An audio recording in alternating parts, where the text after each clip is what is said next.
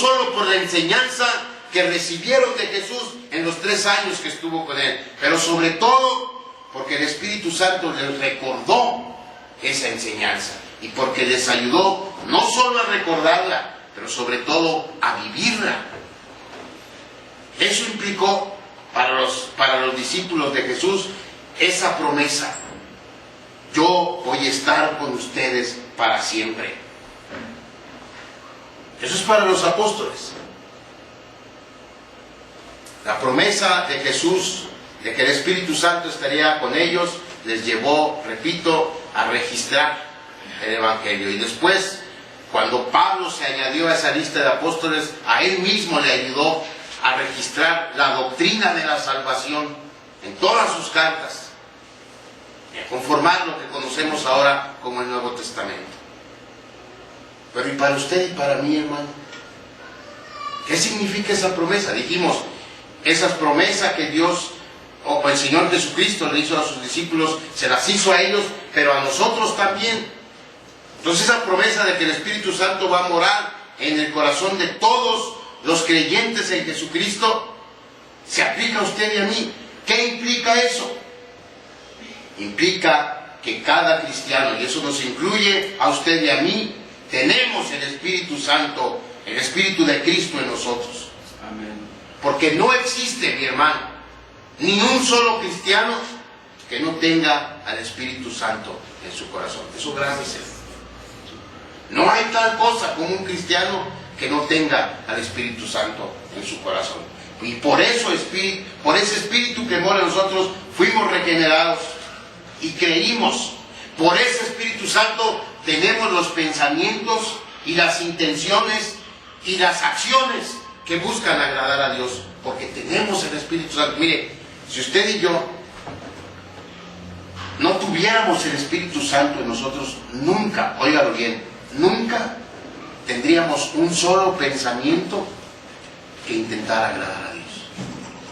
Sería imposible que usted y yo, ante una tentación, nos pudiéramos refrenar y decir, ok, puedo hacerlo, pero si lo hago, voy a estar mal con Dios, mejor no lo hago. Si usted no tuviera y yo no tuviera el Espíritu Santo en mí, no pudiéramos hacerlo y caeríamos cada vez de cualquier tentación. El Espíritu Santo mora en nosotros, porque si no morara, no podríamos nunca tener la intención de agradar a Dios. Mire qué dice Romanos 8:9. Y esta es la razón por la que nosotros queremos agradar a Dios. Es cierto, a veces fallamos. Yo no estoy diciendo que en cada situación que la vida nos pone siempre decidamos hacer o no hacer lo que agrada a Dios. Pero cuando tenemos esa capacidad y cuando logramos vencer la tentación, es por esa realidad. Dice Pablo ahí en Romanos 8:9, mas vosotros no vivís según la carne, sino según el Espíritu, si es que el Espíritu de Dios mora en vosotros. Y luego fíjese que dice, y si alguno no tiene el Espíritu de Cristo, ¿qué? No es de Él. Usted y yo somos de Él, nosotros somos de Él, nosotros tenemos el Espíritu Santo. No solo el Espíritu de Cristo nos ayuda a vivir queriendo agradar a Dios, Él es además nuestra garantía de entrar al cielo y nos prepara día a día para nuestra futura vida allá. Qué maravilloso, qué bendito consuelo es este, y que usted y yo tengamos el Espíritu Santo que nos redarguye, que hace. ¿Por qué cree, hermano, que cuando nosotros le fallamos a Dios nos ponemos tristes? ¿Por qué cree que cuando cedemos a la tentación, de momento quizá podamos sentir placer? Porque esa es la ironía del pecado. El pecado nos da placer, pero no nos causa felicidad, porque nos aleja de Dios. ¿Por qué cree que usted y yo nos ponemos tristes? Es el Espíritu Santo el que nos redarguye, el que nos hace que nos pongamos tristes, el que nos hace ir de rodillas y pedirle perdón a nuestro Dios y decirle: Señor, ayúdame con este pecado porque no puedo yo solo. Es el Espíritu Santo que mora en usted y en mí. Ahora nosotros, debido a que esa promesa de Jesucristo se cumplió, podemos entender lo que Jesús les estaba diciendo en ese momento a los discípulos. Es decir, nosotros leemos ahora el Evangelio, nosotros con la ayuda de Dios explicamos lo que quiere decir y lo entendemos. Usted y yo decimos así: el Señor Jesucristo les estaba prometiendo que el Espíritu Santo iba a llegar, que no los iba a dejar solos, iba a estar con ellos para siempre, y lo entendemos. Y entendemos lo que implicó para ellos y entendemos lo que implica para nosotros. Ahora yo le pregunto a usted: ¿usted cree que cuando el Señor Jesús les estaba diciendo a sus discípulos: todavía un poco y me veréis, de nuevo un poco y no me veréis, porque yo voy al Padre, ellos entendieron lo que Jesús les estaba diciendo? No lo entendieron. ¿Y cuándo nos deja lugar a especular? Porque él mismo dice: se quedaron viendo unos a otros. ¿Qué quiere decir? ¿Qué quiere decir con eso? No sabemos lo que quiere decir. Y en realidad esto no nos puede causar mucha sorpresa, porque si leemos los evangelios, casi nunca los discípulos entendían la enseñanza de Jesús. Casi siempre, cuando el Señor Jesús les decía una parábola y les explicaba una parábola, la respuesta de los discípulos era encogerse de hombros y decir: pues sabe qué estará diciendo.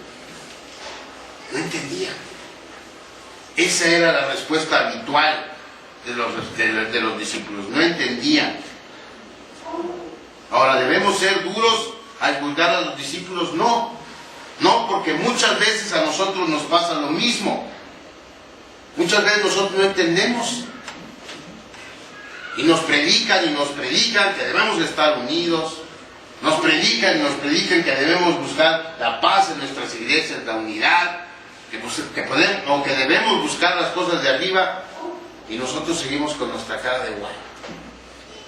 No sabemos